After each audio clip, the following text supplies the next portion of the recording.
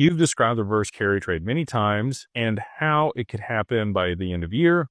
But if it doesn't in that time frame, do you believe it's still in play in 2026, 3 to 4 digits? Thanks. Yeah, for sure. I don't know how much more confident I can show you guys I am. We've got 4 months left: September, October, November, December. A third of the year left, and everybody's losing their minds that it hasn't moved past $3 yet.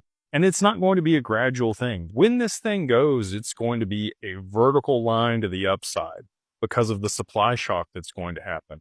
One of the things I found out at SALT that I thought was very interesting, but one of the ETF issuers that would have had lots of conversations with the SEC for issuing ETFs because they've, filed multiple S1s for multiple assets, mentioned that futures markets need to be live for at least 6 months before the SEC is going to approve the ETFs. So that makes sense for a lot of the delays that we've seen. They felt like Litecoin ETFs would probably get approved first, then Solana, and then HBAR, and then XRP later in October. I don't know that I'm super confident in that exact order and time frame, but they did say that October is when all of those futures markets would be around for 6 months, and those things would probably get passed. So again, I haven't issued an ETF. I haven't talked to the SEC about it. This person has had numerous conversations with the SEC about it. So I'm going to take their word for it. That makes sense to me. And again, all of these futures markets,